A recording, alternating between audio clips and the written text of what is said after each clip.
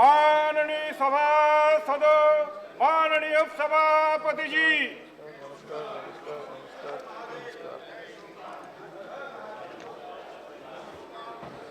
Now, papers to be laid on the table. Sri Arun, after this, I think, after papers laid. Sri Arun Jaitley. Sri Jagat Prakash Nadda. Sir, I rise to lay on the table of the House papers mentioned against my name at serial number 2 of the today's revised list of business. Sri Shripad Yeso Nayak. Sir, I rise to lay the table of the House the paper mentioned against my name at serial number 3 of today's revised list of business. Sri Mahesh Sharma. Sir, I rise to lay on the table of the House the papers mentioned against my name at serial number 4 in today's revised list of business. Sri Mukhtar Abbas Naqvi. Sir, with your permission, I rise to lay on the table of the House the paper listed against my name at serial number 5 in today's revised list of business. Sri Jain Sinha. Sir, I rise to lay on the table of the House the papers mentioned against my name at serial number 6 in the revised list of business for today. Now, Colonel Rajavardhan Singh Rathore.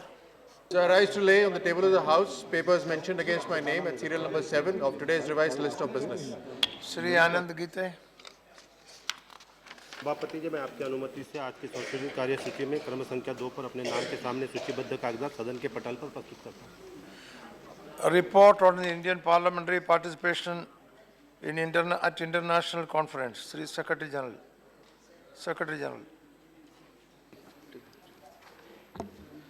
Sir, I beg to lay on the table a copy in English and Hindi of the report on the participation of the Indian parliamentary delegation at the 132nd Assembly of the Inter-Parliamentary Union held in Hanoi, Vietnam from the 28th of March to the 1st of April 2015.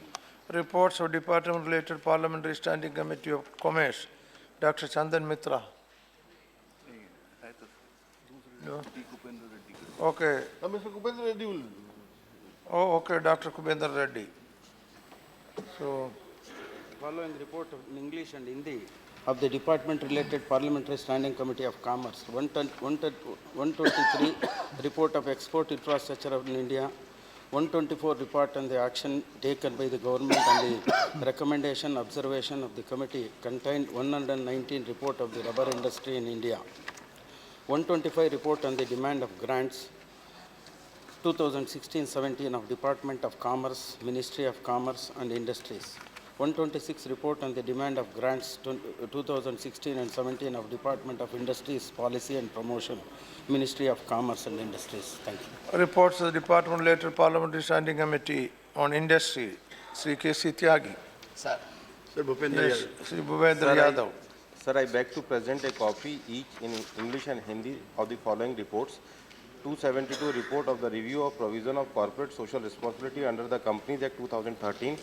273rd report on demand of grant 2016-17 pertaining to the Ministry of Heavy Industries and Public Enterprises, Department of Heavy Industry. 274th report on demand for grant 2016-17 pertaining to the Ministry of Heavy Industries and Public Enterprises, Department of Public Enterprises, and 275 report on demand for grants to 2016-17 pertaining to the Ministry of Micro, Small and Medium Enterprises. A report of the Department related Parliamentary Standing Committee on Home Affairs. Sri P. Bhattacharya. Sir, I beg to present 197 report in English and Hindi of Department related Parliamentary Standing Committee on Home Affairs on the demand of grant 2016-17 of the Ministry of Home Affairs. A report of the Committee on Empowerment of Women. Srimati Vandana Chavan. No. Srimati Kanaga Lata Singh. आदरणीय उपसभापति जी, आपके आदेशानुसार मेरे नाम के आगे सूची में अंकित जनजाति महिलाओं के सशक्तिकरण विषय पर महिलाओं को शक्तियां प्रदान करने संबंधी समिति 2015-16 के छठे प्रतिवेदन की एक प्रति अंग्रेजी तथा हिंदी में सभा पटल पर रखते हैं। Thank you. Report of the Committee on Welfare of Other Backward Classes. Sri Ram Narayan Dudi. सभापति महोदय, आपकी आज्ञा से पेट्रोलियम और प्राकृतिक गैस मंत्रालय से संबंधित इंडियन ऑयल कॉर्पोरेशन लिमिटेड में अन्य पिछड़े वर्गों के प्रतिनिधित्व को सुनिश्चित करने और उनके कल्याण के लिए किए गए उपाय विषय पर अन्य पिछड़े वर्गों के कल्याण संबंधी संबंधी सम्मति 2015-16 के 5वें प्रतिवेदन की एक प्रति अंग्रेजी व हिंदी सभा पटल रखता हूँ। Report of the Department related Parliamentary Standing Committee on Coal and Steel. Sri Ali Anwar Ansari. Sri Ali Anwar Ansari. Jugal ji Okay, Sri Jugul Kishore. इस्पात मंत्रालय की अनुदान मांगों 2016-17 के संबंध में विभाग संबंधित कोयला और इस्पात संबंधी संसदीय स्थायी समिति 2015-16 के 20वें प्रतिवेदन की एक प्रति अंग्रेजी तथा हिंदी में सभा पटल पर रखता है। Report of the Department related Parliamentary Standing Committee on Defence. Sri A.U. Singh Dev. Sir, I beg to lay a copy each of the 18th, 19th, 20th, 21st and 22nd reports, Hindi and English versions of the Standing Committee on Defence as listed against my name in today's list of business. Report of the Department related Parliamentary Standing Committee on Food, Consumer Affairs and Public Distribution. Sri Shadi Lal Batra. Sir, I beg to lay on the table a copy in English and Hindi of the following reports of the Department-related Parliamentary Standing Committee on Food, Consumer Affairs and Public Distribution 2015-16. First, 10th report on demands for grant 2016-17 of the Ministry of Consumer Affairs, Food and Public Distribution, Department of Food and Public Distribution.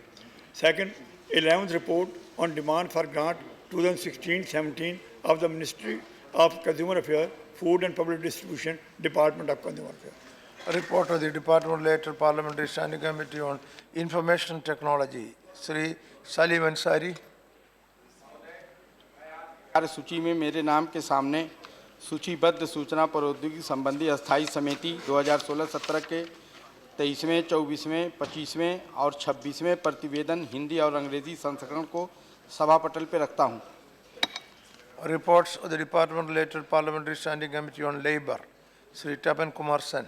Sir, I beg to lay the table of the House the 17th report of the demand for grants 2016-17 of the Ministry of Labour and Employment and 18th report on demand for grants 2016-17 of the Ministry of Textile. Report of the Department related Parliamentary Standing Committee on Petroleum and Natural Gas.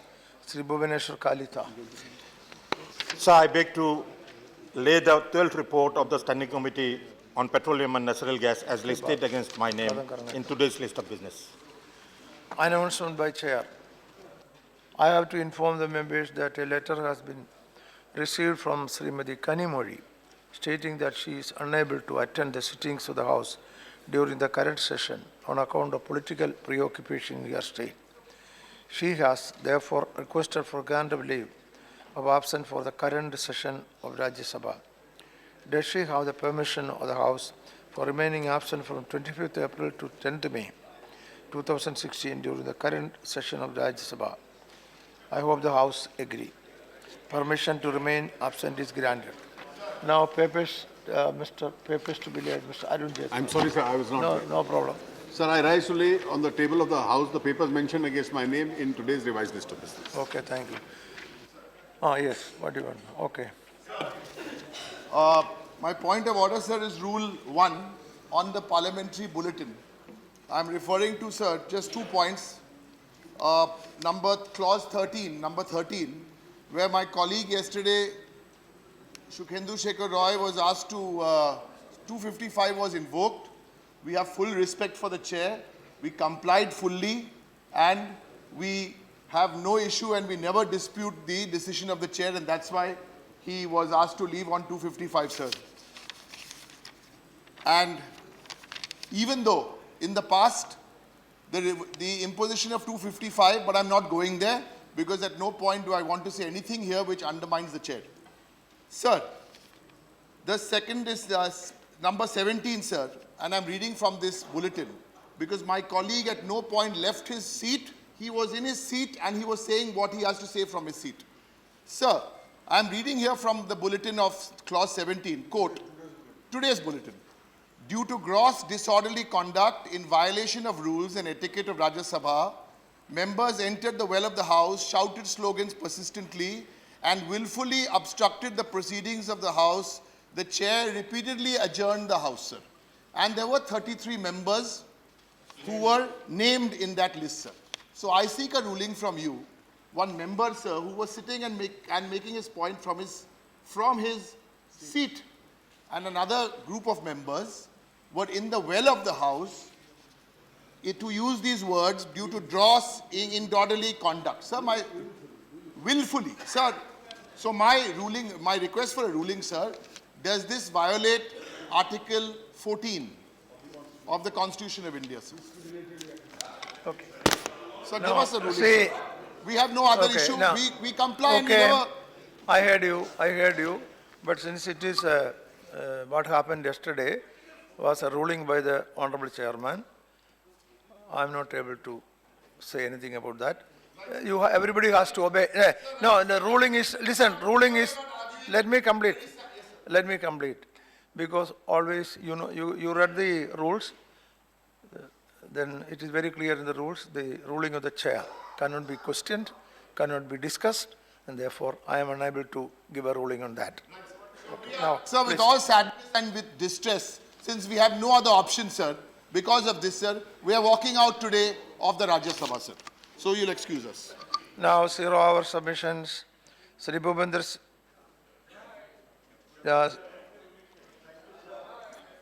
no. Sri Bhupender Singh, yes. Sri Bhupender Singh. Sir Bhupender Singh. अरे sir अरे हनुमंत इसके बाद बोल लेना थोड़ा इसमें support कर लेना सर सर आप जानते हैं कि जो कोहिनूर हमारा सबसे महत्वपूर्ण कोहिनूर था महाराजा रंजीत सिंह ने जुलाई 2 1839 में उसके ऊपर सर अपना जो लास्ट विल में लिखा था।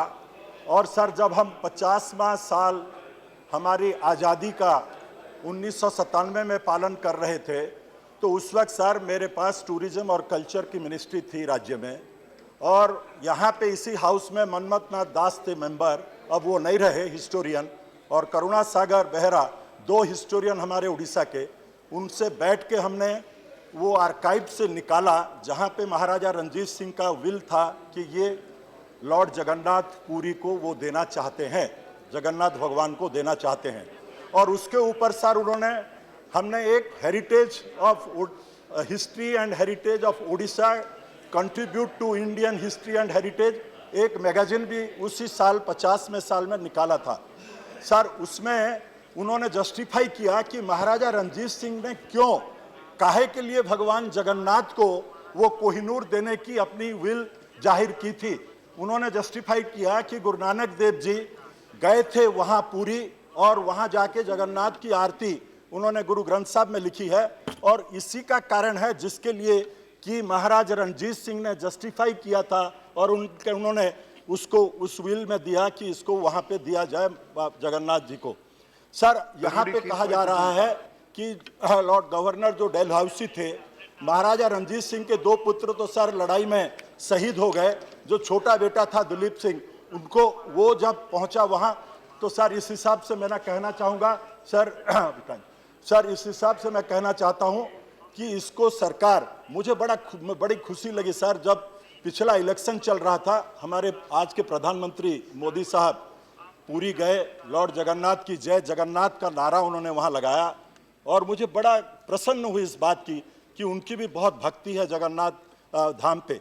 और यहाँ जो भी सदन बैठे सर सबको मालूम है कि जगन्नाथ जी की जो जायदाद है वो सारे दुनिया में है सर, नेपाल में तो बहुत प्रॉपर्टी है, दुनिया में है। हम यही निवेदन करना चाहेंगे, लीडर ऑफ द हाउस यहाँ जेटली साहब बैठे हैं, कि कुछ दिखाएं। सुप्रीम कोर्ट में जो आपने कहा ये बात सही नहीं है। दिलीप सिंह को डेलहाउसी वहां लेके उसको क्रिश्चियन बना दिया, कन्वर्सन कर दिया और कह दिया कि उन्होंने वहां जाके उसको ऑफर किया, ये गलत है। सर मेरे साथ जब मैं world travel mart tourism minister के हिसाब से गया था लंदन, मेरे साथ जो ड्राइवर था सर वो गुजरात का था, उसके फादर वहां का वो पैदावार था, वो हर वक्त मेरे को कहता था सर यहाँ पे कोहिनूर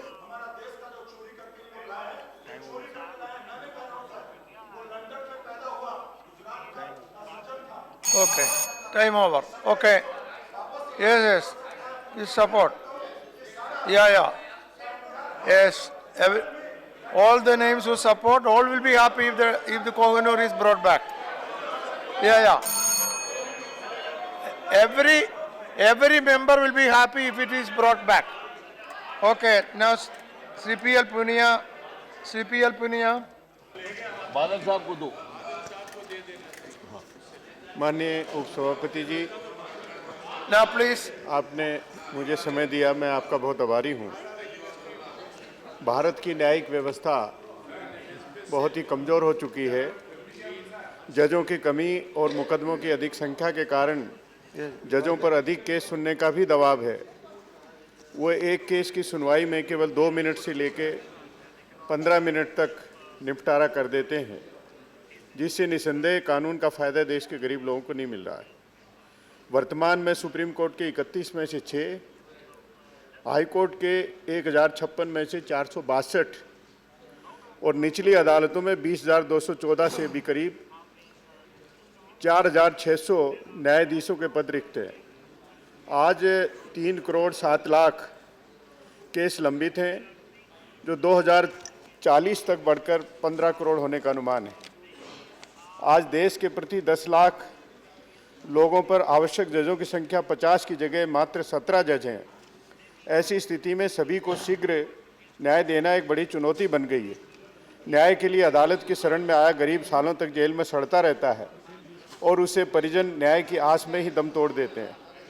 जजों की नियुक्ति करने के लिए वर्तमान में चल रहे कॉलेजियम सिस्टम को समाप्त कर पारदर्शी व्यवस्था होनी चाहिए।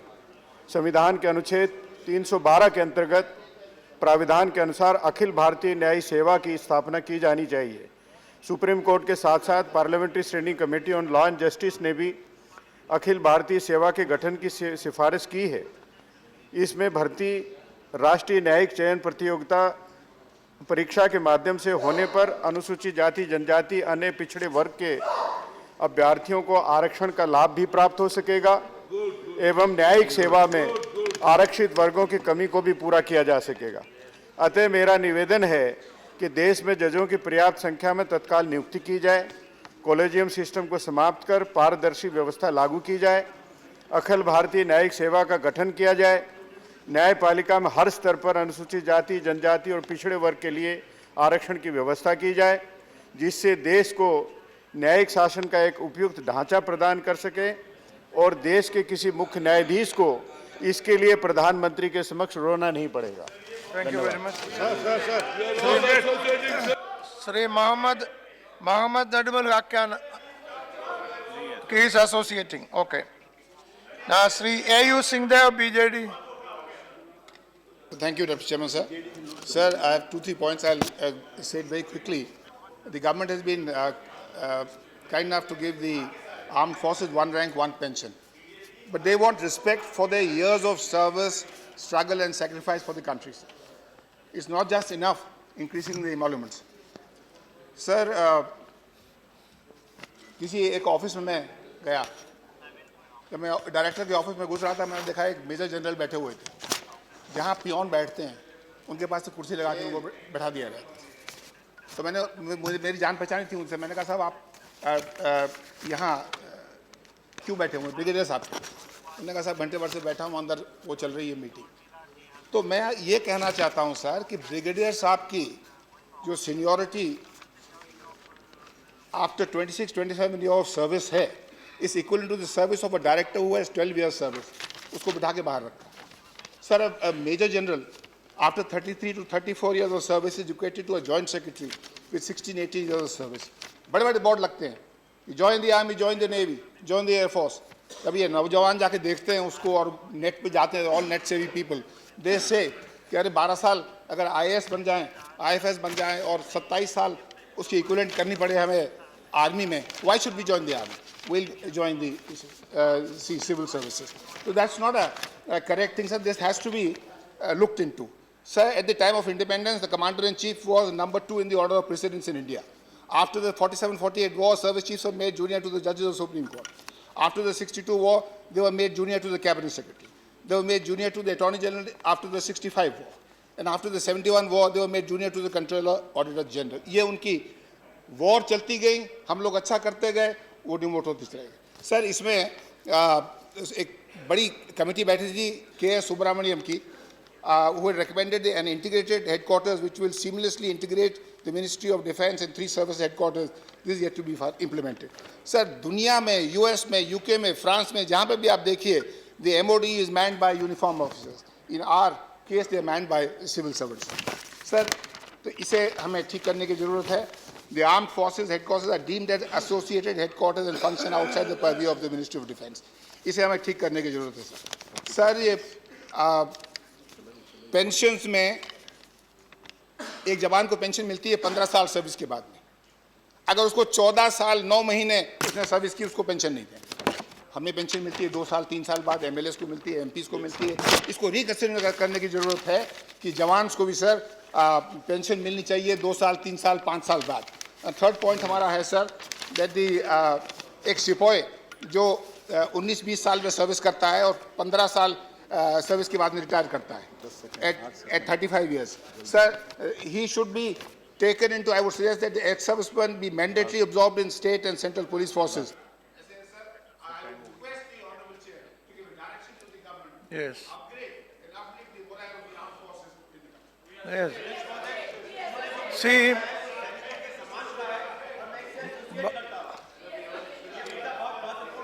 this matter, particularly when it comes to changing the warrant of precedence, and senior officers like major generals, lieutenant generals, brigadiers, we know that they have been pointing this out, and now it is very strongly registering with the senior officers in the armed services. This has been discussed, sir, in the parliamentary standing committee also, and we know that this has been conveyed to the government and also to the defense minister.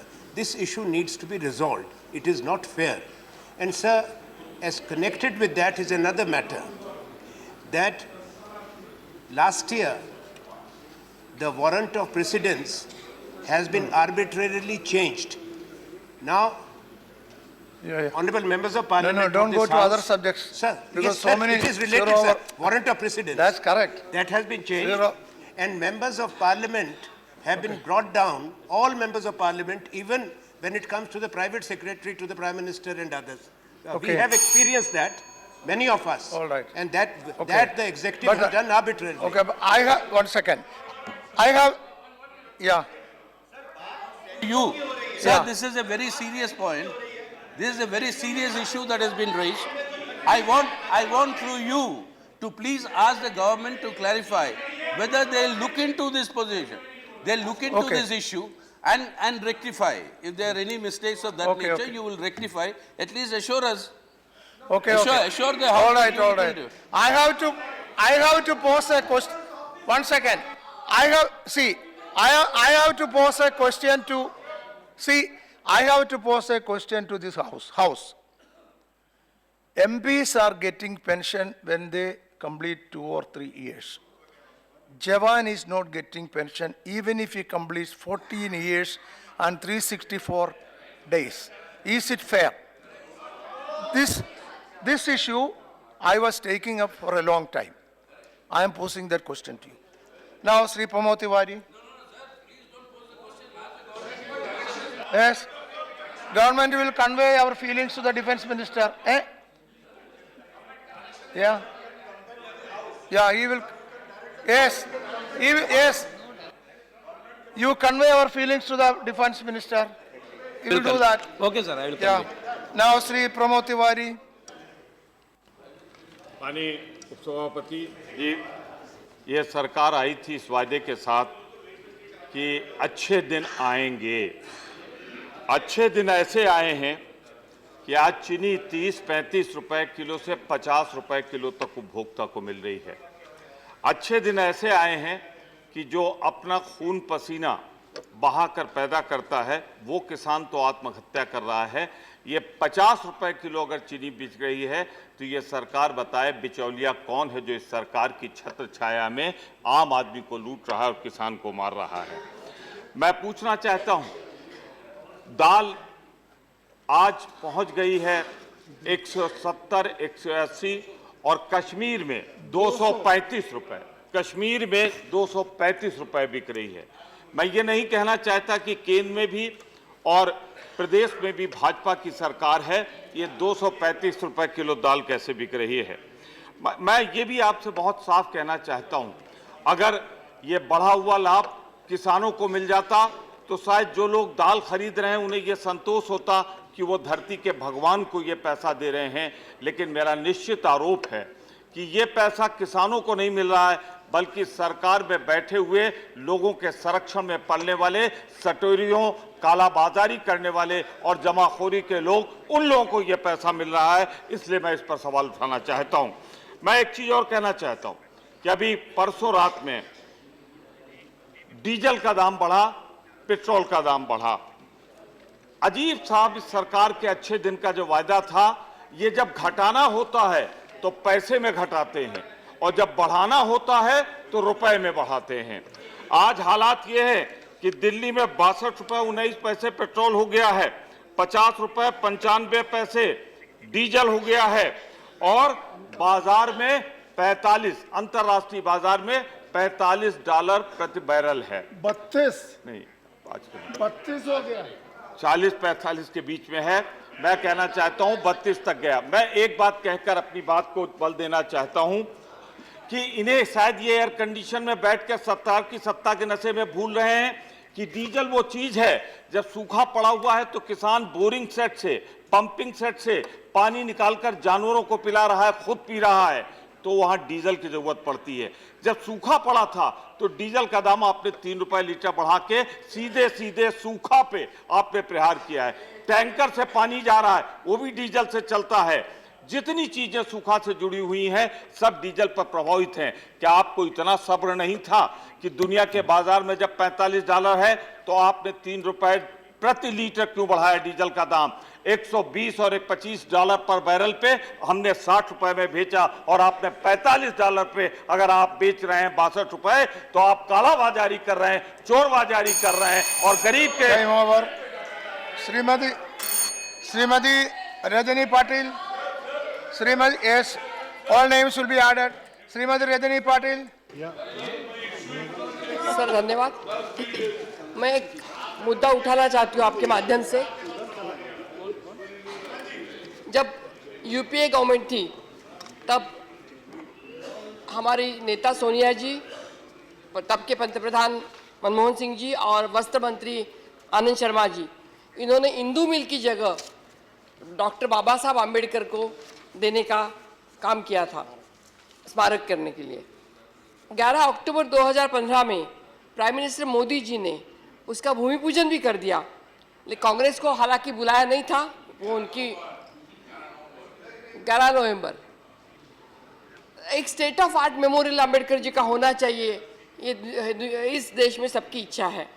लेकिन बाबा साहब आम्बेडकर के प्रति ये ruling party का कितना प्रेम है ये इससे दिखता है, क्योंकि राज्य सरकार ने जब प्रचलित विकास नियंत्रण नियमावली के अनुसार 1.33 FSI का TDR देने के लिए मान्यता दी है, तब NTC ने इसकी कीमत 1413 करोड़ रुपए होती है जो राज्य सरकार देने के लिए तैयार है।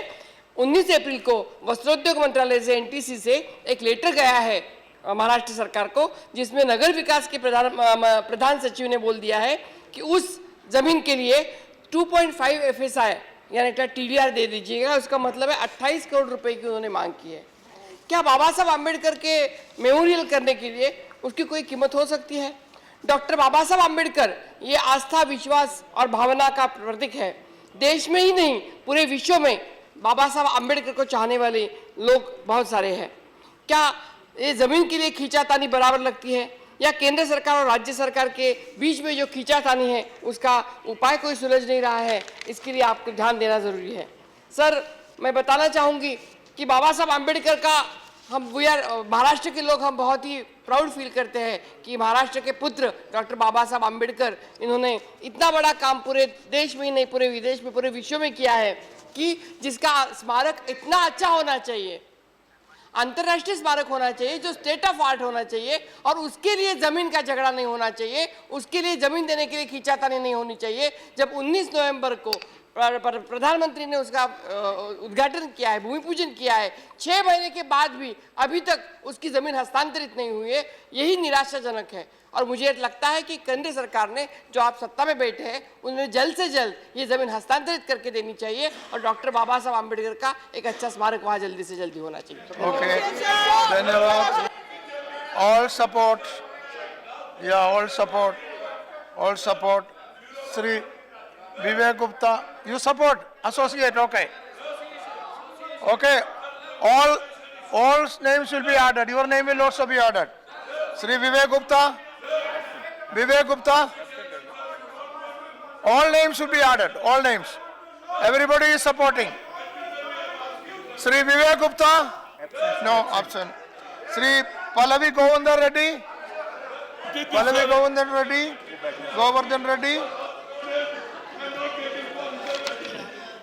Sir, demand for transmit rate cut by RBI to consumers, sir. Recently, RBI cut repo rate by 25 basis points. If one looks in the last 20 months, RBI reduced repo rate by 150 basis points. The objective of RBI is to transmit the rate cut to lower and lending rates to firms and individuals. But if you look at how much banks have reduced, you will be surprised. Yes.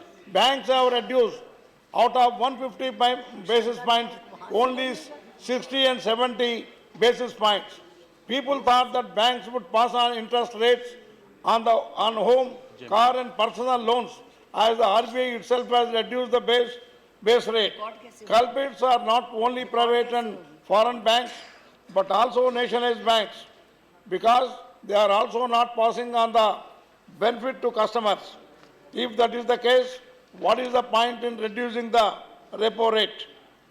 If there is increase in the repo rate, these very scheduled commercial banks immediately increase the rate of interest, but not when RBI reduces interest rates. This clearly shows the injustice done to customers who have taken various kinds of loans. Secondly, sir, it has also been substantiated by the IMF that banks in India would increase the rates the moment RBI increases the rate, but refrain to do so when RBI reduces interest rates. It also criticized that our banks rate 13 months to bring changes in the interbank rates and 19 months to make them applicable for loans. It is too long a period. Hence, I request RBI and Finance Minister to look into this and ensure the maximum time is taken for passing on benefit to the customers, and also ensure the entire rate cut is passed on to the customers. Thank you, sir. Thank you very much. Shri Tarun Vijay. Yes, all the names will be added. Shri Tarun Vijay. अध्यक्ष महोदय, मातृभूमि की रक्षा के लिए और मातृभूमि के सम्मान के लिए हम सब लोग पूरी निष्ठा के साथ कस्में खाते हैं, काम करते हैं। जॉर्ज पंचम की मूर्ति लगी हुई थी इंडिया गेट पे, उसको हटाकर गांधी की मूर्ति लगाने का प्रयास किया गया। सड़कों के नाम बदले गए, जो अंग्रेजों के नाम पे थे उनके नाम भारतीयों के नाम पे रखे गए। करजन रोड को कस्तूरबा गांधी रोड रखा गया। कनॉट प्लेस का नाम आप ही लोगों ने राजीव गांधी चौक रखा गया। लेकिन कितने दुर्भाग्य की बात है कि सिविल एविएशन में इंटरनेशनल सिविल एविएशन ऑर्गेनाइजेशन के द्वारा जो भारतीय जहाजों को नाम अलॉट किया गया है, उसमें वीटी का अर्थ वाइसरॉय टेरिटरी आज तक चला आ रहा है। और ये मामला 2006, 2007, 2008 में उठा। आप ही की सरकार थी सर, उस समय तत्कालीन सिविल एविएशन मिनिस्टर ने कहा, the government it has been decided not to replace the existing mark VT as no other code which distinctly identifies with India is available. Sir, मैं सरकार से आग्रह करता हूं कि ये जो उपनिवेशवाद की एक झलक है, उसका अवशेष है। हिंदुस्तान वायसराय की टेरिटरी नहीं हो सकता, ये किसी भी रूप में नहीं हो सकता। सरकार को ये जो निर्णय लिया गया है 2009 में कि हम ये निर्णय नहीं बदलेंगे, और वायसराय टेरिटरी हर जहाज पे लिखा रहता है वीटी वीटी वीटी, इसका अर्थ होता है वायसराय टेरिटरी। फिजी जैसा छोटा देश है, वो भी ब्रिटिश उपनिवेशवाद का शिकार था, उसने अपने देश का कोड बदला। नेपाल ने अपने देश का कोड बदला, पाकिस्तान ने अपने देश का कोड बदला, लेकिन हिंदुस्तान वीटी अर्थात वायसराय टेरिटरी के साथ क्यों चला आ रहा है? मैं सरकार से आग्रह करूंगा कि जो वीटी चला आ रहा है वाइसराय टेरिटरी, 2016 में हिंदुस्तान के जहाज वाइसराय टेरिटरी के नाम पे दुनिया में उड़ते हैं। हर जहाज, हेलीकॉप्टर, उस पे वाइसराय टेरिटरी लिखा जाता है। मैं सरकार से आग्रह करूंगा कि जो 2009 का निर्णय लिया गया, जिसमें कहा गया कि it has been decided not to replace the existing mark VT, इस निर्णय को बदला जाए, निरस्त किया जाए। और ये किसी दल का मामला नहीं है सर, ये पूरे हिंदुस्तान का मामला है, ये किसी राजनीतिक पार्टी का मामला नहीं है। हम सब एक साथ भारतीय हैं। हमारी आपस में कार्यक्रमों में, एजेंडा में कोई भी मतभेद होंगे, लेकिन हिंदुस्तान के बारे में हमारा कोई मतभेद नहीं हो सकता। हिंदुस्तान के प्रति निष्ठा के बारे में हमारा कोई वैमनस्य नहीं हो सकता, चाहे वे कम्युनिस्ट है कि भारतीय जनता पार्टी है कि कांग्रेस है, सपा, बसपा, टीएमसी। भारत हमारा पॉइंट ऑफ कन्वर्जेंस है। We all owe our existence to India। इसलिए मैं सदन से भी और सरकार से आग्रह करूंगा कि जो जहाजों पर वीटी लिखा जाता है, it is still viceroy territory, it must be change right away. और कोई भी कोड मिले, कैसा भी कोड मिले, वो भारत के नाम का होना चाहिए और इसके लिए भारत सरकार को तुरंत कार्रवाई की जानी चाहिए। जब तक ये नहीं होता है, सरकार आश्वासन दे अध्यक्ष महोदय और तुरंत ये निर्णय लिया जाए कि वीटी को हटाया जाए। Okay, all right. Ripun Bora, Shri Ripun Bora, Shri Ripun Bora, Shri Ripun Bora. आज ही कराओ जी, आज। All right. मिनिस्टर बैठे, आज ही अनाउंसमेंट कराओ। इतने जोर से बोले हैं Tarun Vijay ji. Shri Ripun Bora, start please. Respected Deputy Chairman, I am thank you for allowing me to raise this very important issue, which is related to the future and career of lakhs of students of our country who are going to appear the entrance test for MBBS and BDS. Sir, as per the existing norms, the earlier one was, there was the system for all India pre-medical test. Now the Honorable Supreme Court has passed one order that replacing this all India pre-medical test, the one single test, that is the national eligibility entrance test, has already been declared. So the first phase of examination is already over on 1st May, and second phase of examination is going to be held on 24th July 2016.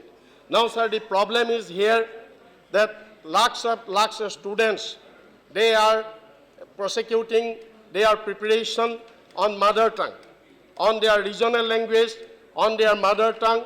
Now, when this will be held on the CBSE syllabus, and when it will be held on CBSE syllabus, the regional language students, they will not be able to compete here, and that will be one problem. And second problem is, sir, so far the states like our Assam, there is dearth of doctors. There is very dearth of doctors. That's why Assam government has recently, during these 15 years, opened another 3 medical colleges in addition to the earlier 3 medical colleges. Now, under this system, what will happen, sir? The students from different states will go and take admission and prosecute their studies, and after getting the degree, they will come out, they will never work there. So the dearth of doctor, this problem will remain there. The another problem is, sir, as per our constitution, the education is a state subject. Now this imposing by Medical Council of India and the central government, this is a direct threat to the federal structure of our country. So my request, my submission is this, that considering this career of the lakhs and lakhs of students of our country, the HRD ministry and law ministry should take up the matter and move to Supreme Court for modification of this order. Thank you, sir. Thank you very much. Yeah. Yes, all those who support will be added. Sri Sharad Yadav. Sir, हमारे साथी पूनिया जी ने काफ़ी विस्तार से बात रख दी है। 3 crore 25 lakh case तो है पूरे देश भर में पेंडिंग, 40 लाख हाई कोर्ट में है, 62,000 सुप्रीम कोर्ट में है। हालात ये हैं कि सरकार के पास जो कोलिजियम सिस्टम है, अभी तो इनका जो कानून बनाए थे वो तो सुप्रीम कोर्ट ने उसको खारिज कर दिया। जो कोलिजियम सिस्टम है उससे 169 proposal on pending for verification, यानी 170 लगभग जज जो है वो रिकमेंड कर दिए हैं। देश के जेलों में 3 गुने, 4 गुने, 5 गुने लोग रह रहे हैं, और देश की जो सबसे 2 संस्थाएं हैं, जो प्राइम मिनिस्टर है वो देश का बड़ा इंस्टीट्यूशन संस्था है, सुप्रीम कोर्ट के जो चीफ जस्टिस हैं वो ब्रेक डाउन हो गए। हालात इतने गंभीर हैं कि ये सब सारे देश ने देखा। मैं सरकार से सिर्फ, क्योंकि पूनिया साहब ने कहा, दूसरा भारत की जो हकीकत है वो कभी भी ये सुप्रीम कोर्ट में और कोर्टों में नहीं उसका रिफ्लेक्शन हो रहा। भारत का 80% आदमी इन अदालतों में कहीं दिखता नहीं है।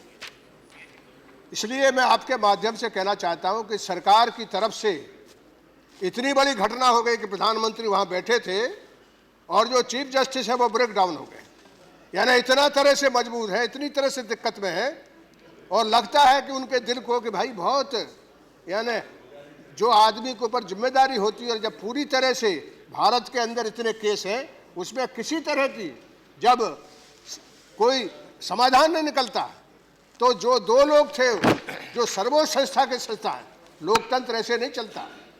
लोकतंत्र जो है वो आपस में रिश्तों से चलता है। सरकार को आपने क्यों रोक के रखे हैं?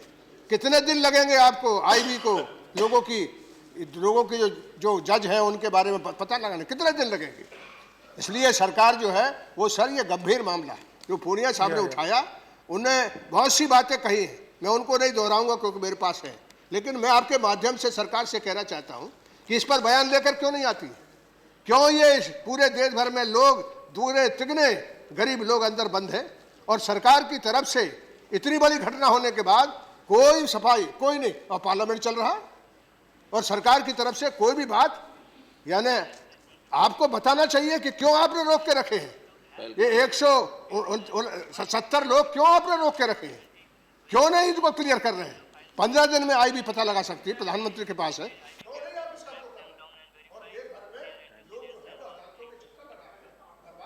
Okay okay, time okay, all right, okay sir,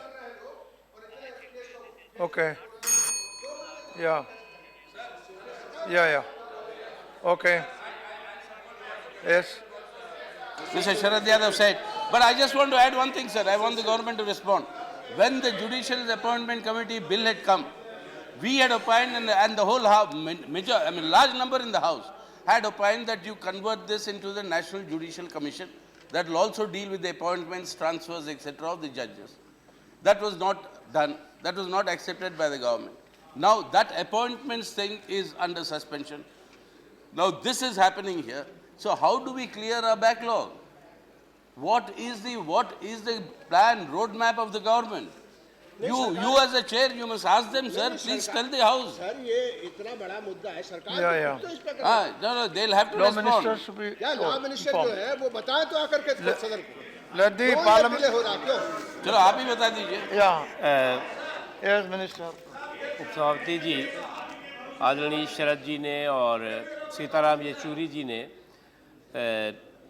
जो पूरे देश भर में विभिन्न कोर्ट्स में केस पेंडिंग है उसके बारे में जो चिंता व्यक्त की है वो निश्चित तौर से जायज़ है। उसके साथ ही साथ जिस विषय पे माननीय सदस्य ने जो नियुक्तियों के संबंध में जानना चाहा है, मैं इस संबंध में संबंधित मंत्री से बात करूंगा और आपको इस बारे में जानूंगा। Okay, thank you. Now, Sri Hussain Dalwai. He will, you, Sir, thank you, sir. Convey the feelings to the Honorable Law Minister for speedy action. Sir, as per data provided by National Crime Records Bureau, incidents of माननीय सदस्य की जो चिंता और feeling है उससे convey करेंगे। Okay, fine. Shri Hussain Dalwai. Hussain Dalwai. Hussain Dalwai. As per data provided by National Crime Records Bureau, incidents of custodial deaths in India have consistently been very high. In 2013, 97 incidents, and 2014, 92 incidents custodial deaths were reported. It is shocking to note that 2014, two-thirds of the deaths occurred in cases where people were not remanded by police custody by courts, which means that not only were they illegally detained, but they died while in custody. Maharashtra has reported the maximum number of such cases year after year, with 32 in 2013 and 21 2014. Despite repeated complaints, the state government isn't doing much to prevent the same. In 2014, the Bombay High Court had directed the state government to install CCTV cameras in all police stations. But after 1.5 years, the only progress on the matter is that tenders have been invited. Nothing has been done. In January this year, the court reprimanded the state for failing to comply with its order. It is also worth mentioning that in the case, some findings were laid before the court, and the court was pained to observe that the majority of the cases of custodial deaths involve people from the minority communities. Malegaon का incidence आप सब लोगों को मालूम है, कई जगह लोगों को पकड़ के जिस ढंग से उनको ये मारपीट की जाती है, ये आप लोगों को सब मालूम है. And just 2 months later, another incidence of alleged custodial deaths surfaced when a shoe shine boot polish करने वाला who used to sit at Churchgate station was picked by the police of minor theft, and later his family was informed that he died while in custody. ये झूठी बात थी. उसको मारपीट करने की वजह से वो मर गया. मैंने ये इस तरह का इंसिडेंट महाराष्ट्र के विधान परिषद में भी एक दिया था. Here I would like to bring to notice of the House the landmark judgment of the Honorable Supreme Court in D.K. Basu case, in which the court highlighted the seriousness of the incident. Time over. Time over. Dr. Satyanarayana Jaitya. Dr. Satyanarayana Jaitya. माननीय उपाध्यक्ष जी, मैं इंसानी हक और हकूक़ की बात कर रहा हूं. भारत के संविधान ने समस्त नागरिकों को समता का अधिकार दिया है और अनुच्छेद 14, 15 और 16 में सभी स्त्री पुरुषों के बारे में समानता की बात कही है. उसकी उद्देशिका में भी सामाजिक न्याय की बात कही है, व्यक्ति की गरिमा और प्रतिष्ठा की बात कही गई है. किंतु विवाह के साथ ही साथ जो दहेज होता है और दहेज उत्पीड़न में जो महिलाओं पर अत्याचार होता है, मैं उस विषय को सदन के समक्ष रखना चाहता हूँ. माननीय उपाध्यक्ष जी, यह जो कानून बना है दहेज प्रतिषेध अधिनियम 1961 का, और इसमें 2 संशोधन हो गए हैं 1985 और 86 में, उनके रहते हुए और अभी जो जानकारी मिली है उसमें वर्ष 2012 में 9,338 प्रकरण बनाए गए, 2013 में 10,709 प्रकरण बनाए गए और वर्ष 2014 में 10,050 प्रकरण बनाए गए. उसके साथ ही हम देखते हैं कि इन प्रकरणों में 80% महिलाओं की हत्या हो जाती है, मृत्यु हो जाती है.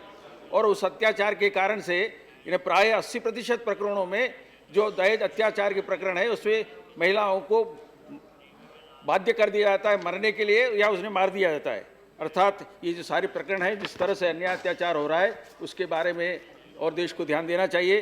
दहेज लेना और देना दोनों ही अपराध है, किंतु इस अभिशाप से मुक्ति के लिए कानून के तहत की जाने वाली कार्रवाई और कानून के दायरे में जाने वाली पंजीकृत मामलों की वास्तविकता अत्याचार की जो घटनाएं हैं उससे बहुत ज़्यादा है, क्योंकि बहुत सारी बातें रिपोर्ट नहीं होती. और इसलिए मैं कहना चाहूँगा कि एक बार जब कन्यादान हो जाता है तो एक बहुत बड़ा दान हो जाता है। हमारे यहाँ तो एक संस्कार माना जाता है और संस्कार के रहते हुए और निश्चित रूप से उसके साथ बराबरी का व्यवहार होना चाहिए, सम्मान का व्यवहार होना चाहिए, किंतु जब तक उसके प्राण नहीं ले लेते ये अत्याचार करने वाले रुकते नहीं है। और इसलिए मेरा कहना है कि इस सारी परिस्थितियों के अंदर अत्याचारों को रोकने के लिए हमें और फिर से एक बार विचार करना चाहिए। ये बात अलग है कि इसके विसंगतियों के बारे में कहा गया, किंतु ये विसंगतियाँ कोई ज़्यादा नहीं, 447 प्रकरण ही इस प्रकार के जिसके बारे में किसी ने रिपोर्ट किया होगा कि इस कानून का सदुपयोग नहीं हुआ है, दुरुपयोग हुआ होगा। किंतु मैं देखता हूं कि इन सारी बातों में जिस प्रकार का अत्याचार हुआ है, 95% अत्याचार इस कानून के तहत जो हुआ है वो निश्चित रूप से और बड़ा खतरनाक है। मैं चाहूँगा कि हम सब मिलकर के इस बारे में और एक नए कानून के बारे में, उसकी रचना के बारे में काम करें और छात्राओं में आत्मसम्मान की बात को पैदा करें। शिक्षण संस्थाओं में छात्रों को दहेज न लेने की प्रतिज्ञा कराएं और दहेज मुक्ति अभियान को चला करके ये जो अक्षय तृतीया आ रहा है, जबकि सबसे ज़्यादा शादियाँ होती है, इसको दहेज मुक्ति दिवस के रूप में मनाने के लिए कुछ घोषणा होगी तो निश्चित रूप से अच्छा होगा। मैं चाहूँगा कि इन सारी बातों के रहते हुए और प्रत्येक महिला की प्रतिष्ठा सम्मान को रक्षा करने के लिए दहेज मुक्त भारत बनाने का जो हमारा अपना विचार है उसको पुख्ता करने के लिए निश्चित रूप से सदन उपाय करें। धन्यवाद। Okay, thank you. All support, everybody support. Shri Dilip Kumar Tirkey. Thank you महोदय जी। उड़ीसा में लगभग 3 करोड़ लोग यानी कि 80 लाख परिवारों के लिए फूड सिक्योरिटी एक्ट लागू किया जा चुका है। इस एक्ट के तहत में राज्य सरकार ने लोगों की पसंद के आधार पर उन्हें चावल या गेहूं का विकल्प दिया था और उसी आधार पर राशन कार्ड दिया गया है। जैसे आप जानते हैं कि उड़ीसा में चावल मुख्य आहार है और खासकर ग्रामीण इलाकों में लोग गेहूं की जगह चावल को ज़्यादा पसंद करते हैं। इसलिए राशन कार्ड में 86% लोगों ने चावल और सिर्फ 14% लोगों ने गेहूं का चुनाव किया है। इस आधार पर राज्य सरकार ने भी केंद्र सरकार का आवंटन का अनुरोध किया है, मगर भारत सरकार राज्यों को जो आवंटन कर रही है उसमें 79% चावल और 21% गेहूं है। केंद्र सरकार का कहना है कि फूड सिक्योरिटी एक्ट के पहले की खपत के आधार पर यह आवंटन किया जा रहा है, लेकिन सच्चाई यह है कि फूड सिक्योरिटी एक्ट पर होने के पहले भी उड़ीसा को 85% चावल और 15% गेहूं दिया जा रहा था। महोदय, हर प्रदेश का अपना एक फूड हैबिट और खान पान का संस्कृति रहता है। हमारे उड़ीसा के एक संस्कृति है, गांव में गरीब लोगों का, ट्राइबल लोगों का, वो सब चावल पसंद करते हैं, बासी भात पसंद करते हैं, पोकल भात पसंद करते हैं, नून भात पसंद करते हैं। लेकिन अब हमारे उड़ीसा में लगभग 27,150 मीट्रिक टन राइस शॉर्टफॉल है मेरे ख्याल से, और 25,170% गेहूं अभी हमारे पास है। हम चाहेंगे कि गेहूं को सरकार वापस ले सकते हैं क्योंकि वहाँ गेहूं का उतना ज़रूरत नहीं है। इसलिए मैं सरकार से ये अनुरोध करना चाहूँगा और हमारे उड़ीसा की तरफ से, जनता की तरफ से मैं अनुरोध करना चाहूँगा कि जो फूड सिक्योरिटी एक्ट के तहत जो केंद्र का आवंटन है 86% चावल और 14% गेहूं का, ये अनुमान को उड़ीसा सरकार को दिया जाए। इसके साथ साथ ये भी मैं कहना चाहूँगा, मान करना चाहूँगा कि चावल के आवंटन में भी जो कटौती की गई है उसके भी तत्काल भरपाई की जाए। Thank you sir. Associate.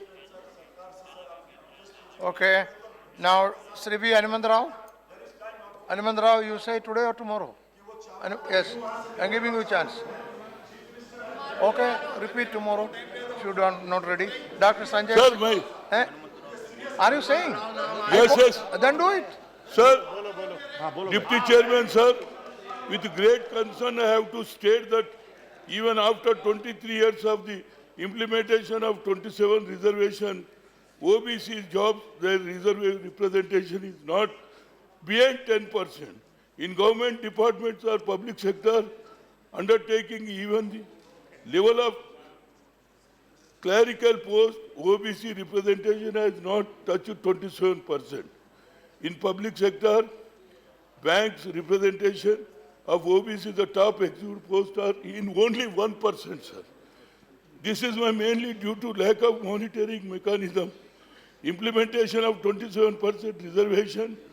What is why we have given through parliamentary forum OBC MPs demanding the government to give constitutional power for National Commission for Backward Classes about more than 50% of population. More than 50 MPs met Honorable Prime Minister Modi ji, who has hailed from OBC community in April 2015 as a delegation and requested consider constitutional power for NCBC. Even after 1 year, there is no progress in this issue. This is the pathetic condition of OBC, who from more than 50% of population who is responsible, who is accountable. Sir, we are celebrating 125th birth anniversary of Baba Saheb Ambedkar. Everybody is taking the about Dr. Ambedkar Saheb and his ideology, but nobody was interested to practical terms of following ideology of Ambedkar.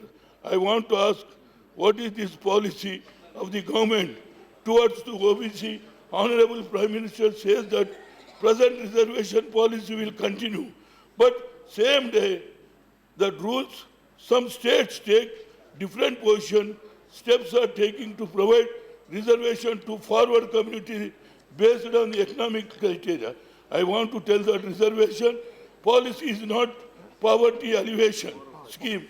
If government wanted to address the poor people, forward communities, you have given the concession in fees, scholarship, but you can't provide reservation on them. Supreme Court has already clearly stated that there should be social backwardness, provide reservation. Whether the government says that these forward communities are having a social backwardness, as you all know, reservation one measure to address the social discrimination meted out the centuries in the name of caste. In this time over. Dr. Sanjay Singh. महोदय, पिछले वित्तीय वर्ष 2015-16 पिछले वित्तीय वर्ष 2015-16 उत्तर प्रदेश के ग्रामीण अंचलों में रहने वाले मजदूर, लघु एवं सीमांत किसानों के लिए प्राकृतिक आपदाओं के कारण विनाशकारी रहा। ऐसे वक्त में यूपीए सरकार द्वारा शुरू की गई कल्याणकारी योजना मनरेगा ही एकमात्र सहारा ग्रामीण अंचल के लोगों को नजर आई। खेती तबाह हो चुकी थी, खाने का अन्न नहीं था, तो मनरेगा की मजदूरी से जीविकोपार्जन हेतु बढ़ चढ़कर लोगों ने मजदूरी की एवं रिकॉर्ड कार्य दिवस सृजित किए। लेकिन केंद्र एवं राज्य के ग्रामीण विकास मंत्रालय के गैर जिम्मेदाराना रवैये के कारण गरीब मजदूरों से काम तो मनरेगा में करा लिया गया, किंतु उनकी 6-6 महीने तक की मजदूरी नहीं दी गई। पिछले वित्तीय वर्ष में Don't take so much speed, it is to be translated. So I was looking to watch. लेकिन केंद्र एवं राज्य के ग्रामीण विकास मंत्रालय के गैर जिम्मेदाराना रवैये के कारण गरीब मजदूरों से काम तो मनरेगा में करा लिया गया, किंतु उनकी 6-6 महीने तक की मजदूरी नहीं दी गई। पिछले वित्तीय वर्ष में 60,000 मस्टर रोल का भुगतान विलंब से किया गया। 1 अप्रैल 2016 के अनुसार उत्तर प्रदेश में पिछले वर्ष की बकाया मजदूरी 1,000 करोड़ से अधिक की है। कांग्रेस पार्टी एवं अन्य राजनीतिक पार्टियों के विरोध एवं माननीय सर्वोच्च न्यायालय की फटकार के बाद आपका ग्रामीण विकास मंत्रालय जागा और आनंद फानन में बकाया मजदूरी अवमुक्त की गई। पिछले एक सप्ताह में प्रदेश में बकाया मजदूरी 1,000 करोड़ से घटकर 400 करोड़ ही रह गई और हो सकता है कि आगे कुछ दिनों में मजदूरी दे दी जाए। यूपीए सरकार ने मनरेगा में यह भी व्यवस्था की थी कि भुगतान में 15 दिन से अधिक देरी होने की दशा में 16वें दिन से प्रतिदिन 0.05% प्रतिदिन की दर से मुआवजा प्रदान किया जाए। मनरेगा गाइडलाइन में यह भी स्पष्ट है कंपनसेशन की रकम दोषी अधिकारी अथवा एजेंसी से वसूली जाए, किंतु देरी से किए जा रहे किसी भी भुगतान में मजदूरों को नियमानुसार मुआवजा का भुगतान नहीं किया जा रहा है। गरीब मजदूरों के साथ यह अन्याय है, उनके हितों की उपेक्षा है। सरकार का रवैया मजदूर विरोधी है। 1 मई को मजदूर दिवस था और मैं देश के सर्वोच्च सदन के माध्यम से मांग करता हूं कि मजदूरों को मनरेगा में देरी से किए गए भुगतान पर नियमानुसार मुआवजा प्रदान किया जाए। मजदूरों के हित में कड़े कदम उठाते हुए इसके लिए दोषियों को दंड दिया जाए, जिससे पूरे देश में संदेश जाए कि गरीबों का हक रोकना या विलंब करने के गंभीर परिणाम होते हैं। अंत में मैं सरकार से मांग करता हूं कि उत्तर प्रदेश सहित पूरे देश में मनरेगा मजदूरों की बकाया धनराशि का तत्काल भुगतान करने एवं देरी से किए जा रहे भुगतान पर मजदूरों को उचित मुआवजा दिलाने की कृपा करें। Sri K.C. Tyagi, yes, all associating can be ordered. Sri K.C. Tyagi. 12 अप्रैल 2016 को रक्षा संबंधी जो समझौता अमेरिका के साथ हुआ है उसका विरोध करने के लिए मैं खड़ा हुआ हूं। समझौते के तहत सामरिक प्रबंधन के अलावा यह भी तय किया गया कि भारत और अमेरिका के विमान और पोत एक दूसरे के सैन्य अड्डों पर तैनात किए जाएंगे।